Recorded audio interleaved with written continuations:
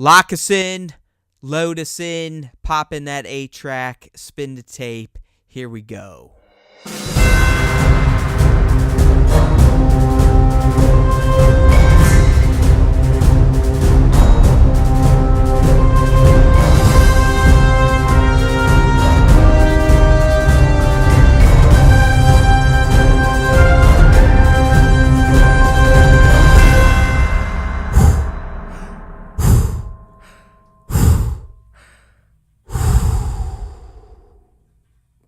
Hey now everyone, welcome back to a brand new episode of the Star Wars Time Show. It's Matt and Nick, and yes, Pete's here too.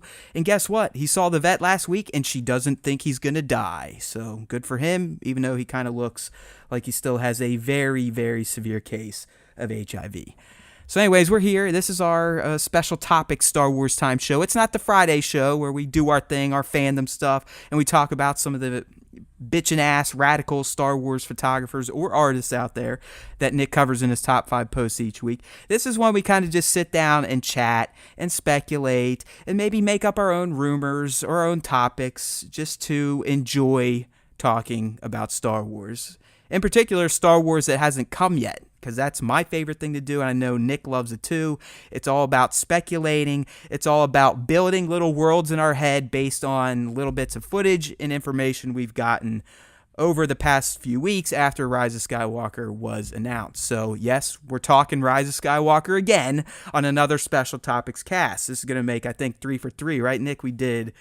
what, Palpatine, we did the title theories before that, and now we're going to do one from Nick himself. We also talked about Nick's other theory he put out, I think a week or two ago. We talked about that on our last proper Star Wars Time Friday show. So we are cranking out the theories. I wish we could do more, but you know what? We both have other duties in life to attend to.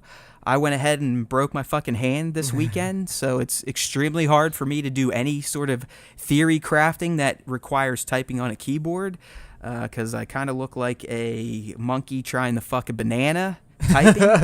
It's not pretty, it doesn't work out well, and usually most of what I type ends up looking like I just started smacking the keyboard, you know, like the just rolling his face across the keys. Yep, exactly. But you know, maybe that'll compel me to do some more videos, because there was something that came out today I kind of wanted to talk about. We were one of the first people to get it out there, but it was on our little website that I don't think a lot of people look at. That's fine. As long as you're listening, we're cool. As long as you're watching videos on YouTube, we're cool. All right, you guys cool? All right, we're cool. So what are we going to talk about tonight? Well, I'm going to go ahead and let Nick introduce it since it's his baby.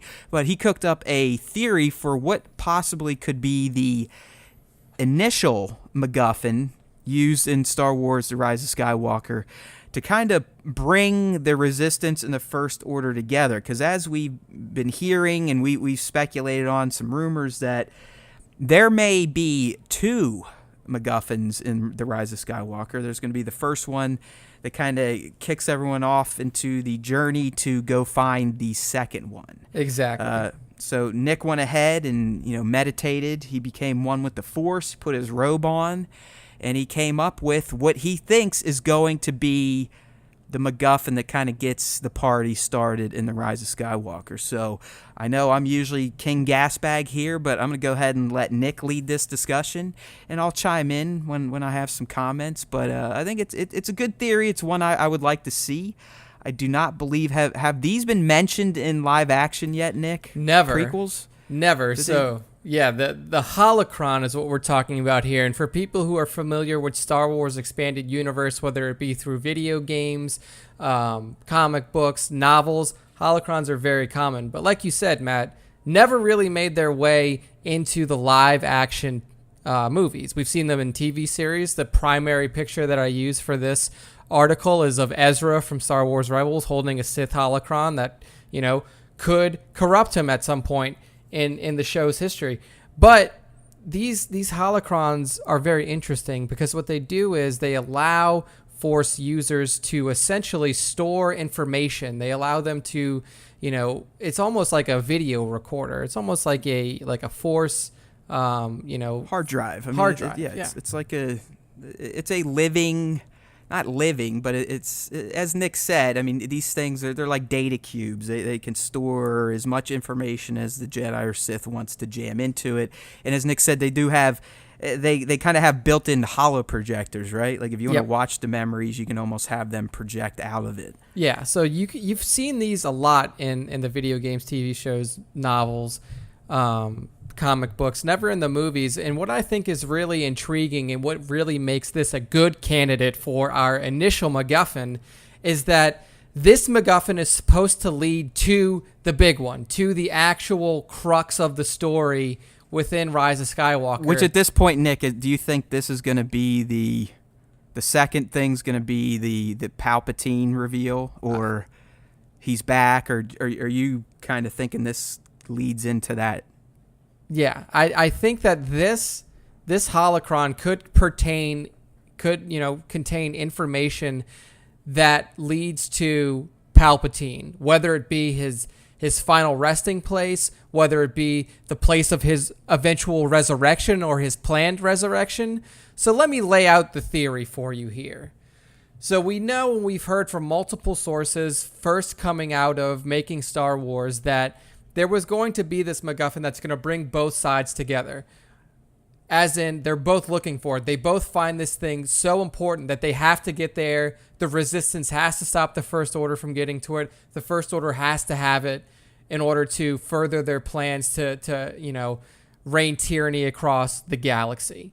To me, the holocron fits this perfectly because, one, if it is something that is important to the First Order, it has to be information. And with the reveal of Palpatine through the trailer, in my mind, this information has to come from Palpatine. If we look at him as a Sith Lord, and we've talked about him a lot recently. You talked about Palpatine a lot when you were talking about his resurrection theories or how he could come back into the galaxy in our last special topic podcast. If we look at Palpatine, we know that he was obsessed with Sith history, dark side history. He kept Sith relics in these bunkers that we talked about that were destroyed in Operation Cinder. He was absolutely obsessed with learning information about the past of the Sith. We heard his tale that he told in episode 3 around his former master, Darth Plagueis, and gaining the power to live beyond death.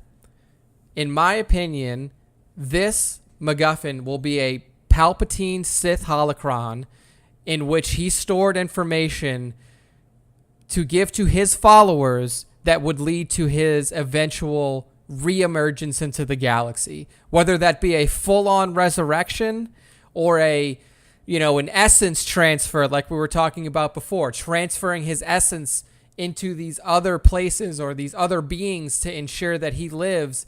This holocron could be the key to leading the First Order to Palpatine's eventual reemergence into the galaxy.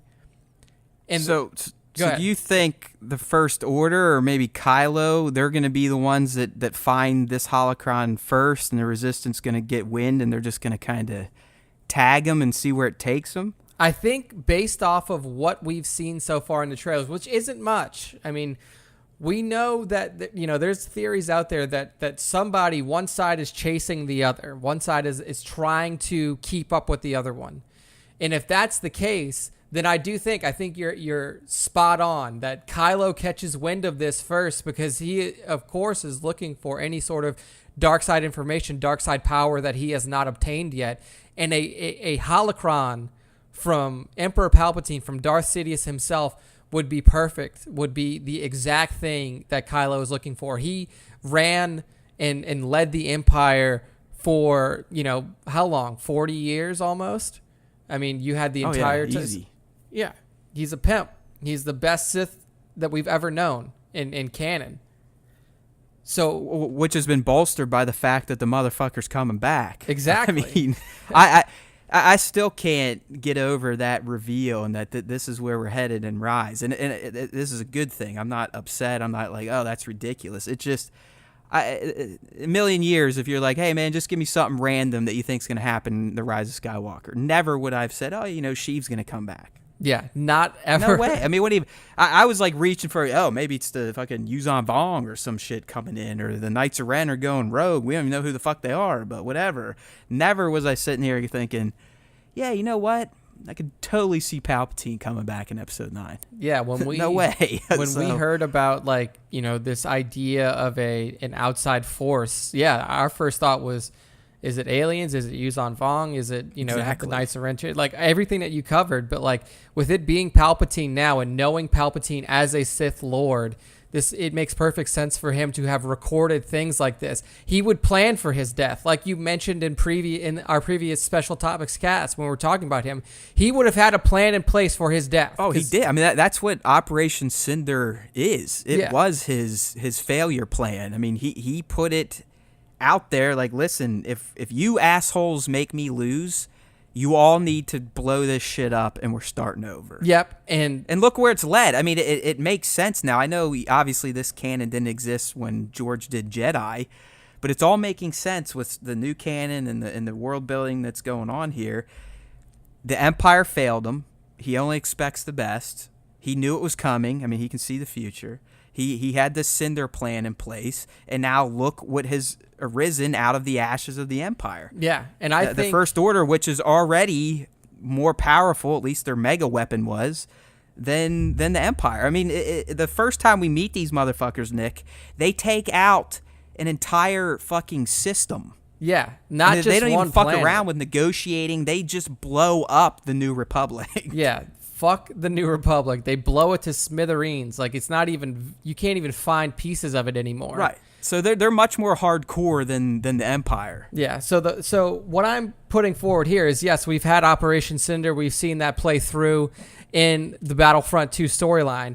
I think that his holocrons, not just one, I think that this is probably one of many, and that's what leads them on the chase. They find one, that leads to another, that leads to another, that leads to the all by eventual. his design. That's eventually going to lead to his or the person that's possessed by him, so he can potentially jump into a stronger force body, either Rey or Kylo, probably, right? Exactly. So okay. These now let me throw this at you. Could you see it possibly that Rey or the Resistance gets wind of the holocron first, and then Kylo is kind of chasing them? I could definitely see that. The only reason that I think that like I position it as Kylo finds it first is just because of the way that the Death Star graveyard scene is positioned in the trailer. Right. Because and he's much more infatuated with dark side history, lore, artifacts.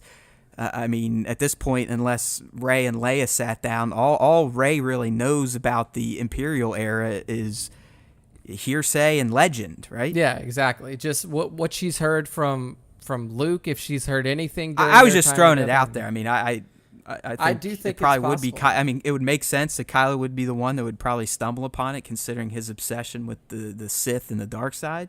But it would be interesting if that's somehow the Resistance kind of gets an upper hand on this much, much, much larger force. I mean, Absolutely. I think we've been told that it's not going to be much more than a year after TLJ, so it's not like the Resistance is going to be even remotely built back up. I mean, they're not going to have the numbers that the Rebel Alliance did. So this could be something that maybe they're going after because they know it could change up the landscape here against the First Order.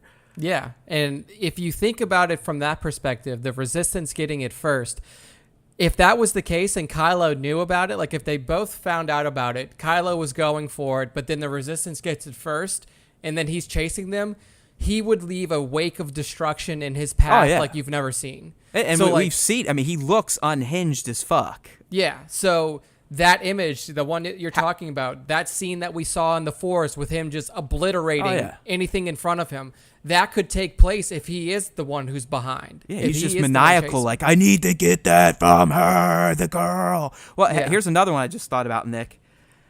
What if one or the other discovers it, then the other discovers it through their connection through the Force? That could be, because, I mean, we've talked about these Force flash fights. We know that these two have been connected through the Force through Snoke. I mean, maybe their own powers now, there's still a little bit of a pipeline connected. What if Rey stumbles upon it and that reawakens the pipeline and Kylo sees it through Rey, or sees Rey picking it up, just like they could see each other in TLJ. Oh yeah. And then it could be either or, and then that's what spurs the other one to be like, oh fuck. Yeah. No, absolutely. I think that's a perfect idea.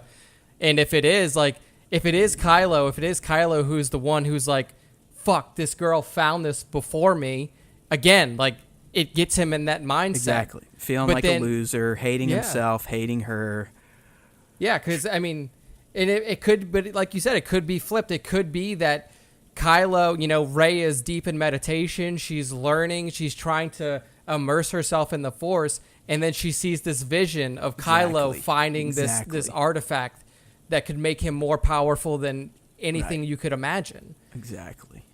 So you could almost flip what Obi-Wan said to, or take what Obi-Wan said to Vader, striking me down, I'll become more powerful than you could ever imagine, and apply it to Palpatine. Because now if he can pull this plan off, this plan of transferring his essence into another living being, he would be in that position. Like, we all know that Palpatine after Episode 3 was in a very degraded state. He wasn't in a powerful body. And that's what he is seeking. He was all now. busted ass anyways. I mean, you could always go back to Rots and be like, did he purposely let himself get disfigured by Mace just to play on Anakin's sympathy or something? Exactly. But I mean, I think eating a lot of that lightning wasn't good for his health. Definitely not. I mean, it fundamentally changed his fucking appearance, right? Yeah. He went from like just an old guy to a white, wrinkly, yellow-eyed freak. Yeah, just completely melted human being. That, and he even uses it. So I'm dumb. I mean, obviously he did it on purpose, because he's even in the Senate when he basically is like, I'm going to be the emperor, and they're all like, yeah. Yeah, he's like, look, they fucked me up. Yeah, they've left me scarred and deformed, and it played to his favor, because it showed, like, look at the brutality of the Jedi. Like, right. He's not so dummy. I mean, Palpatine, honestly, I never really liked him. Because as a little kid, I fucking hated the guy for what he was doing to Luke. Yeah. Like, I've never been able to forgive him for the lightning stuff. Yeah, exactly. But as I've gotten older and just really realized what this guy's achieved, he is one of... I know everyone's like, oh, Vader's the best movie villain of all time, but if you really think about it, it almost has to go to Palpatine, especially when we're talking about the Star Wars universe. Oh yeah, master strategist, and this falls perfectly in line with it. With the master strategist gameplay, I mean, he'll be going at it for almost 100 years at this point. Yeah, I mean, his contingent plan is in place, and if you've seen, or if you've read, or if you've played any of these games with holocrons in them, then you know how powerful they can be. Just looking back on the Darth Bane trilogy of books that I read extensively and I truly loved, Darth Bane went on a mission to find all of these holocrons of ancient Sith and gather as much information as he could to become as powerful as possible. And that's where he found out about this essence transfer deal, like the ability to live forever, just like Palpatine's trying to do. It all came from holocrons. And now, we're looking for something in this movie. If we're trying to find something, like what could be an item that could lead to or give information on this greater story arc that plays out throughout the entire film, a holocron's the perfect thing to hold it. It has all the information you need in it. It could lead you on a gallivant across the galaxy to find others, and then ultimately lead you to your climax, lead you to the thing that is going to change the Star Wars galaxy forever. So yeah, I mean, and within the post I've put pictures and images in there to show that holocrons have been here forever. I mean, like going even back to Knights of the Old Republic days, 3,000 years before. Did Jocasta Nu even mention them by name, at least in Clones? In Attack of the Clones, no. She never mentioned. Because they go to a library, and I feel like Obi-Wan is pulling holocrons out of like the stacks of holocrons when he's looking for Kamino. Yeah, I don't think she mentioned them. Like, she mentioned the star map and everything like that. I can't remember either. But those are holocrons, right? Which he's pulling out the little of their square archives boxes. There. Yeah, those are holocrons, which is where they're data repositories. And if you I mean, I think this isn't a reach at all. I mean, it's been established. As Nick said, these holocrons have been established in Star Wars lore for decades now. I know we've seen them in clones, even if they weren't referenced by name. So yeah, it would make a great MacGuffin because it would be a little bit of fan service for nuts like you and me. It'd be like, oh, holocron, and other people that don't know, they'd be like, oh yeah, that's interesting. Yeah, they'd be like, holy shit! Like, it's not like, course. oh yeah, by the way, Darth Plagueis has been the bad guy all along, and people are like, what the fuck are you talking about? And it's just like, within the Star Wars galaxy, where you have the ability to jump to fucking light speed and go between planetary systems, of course you would have the ability to store information like this. Like that's and by the way, Palpatine, by the time Rise rolls around, will be close to 130 years old.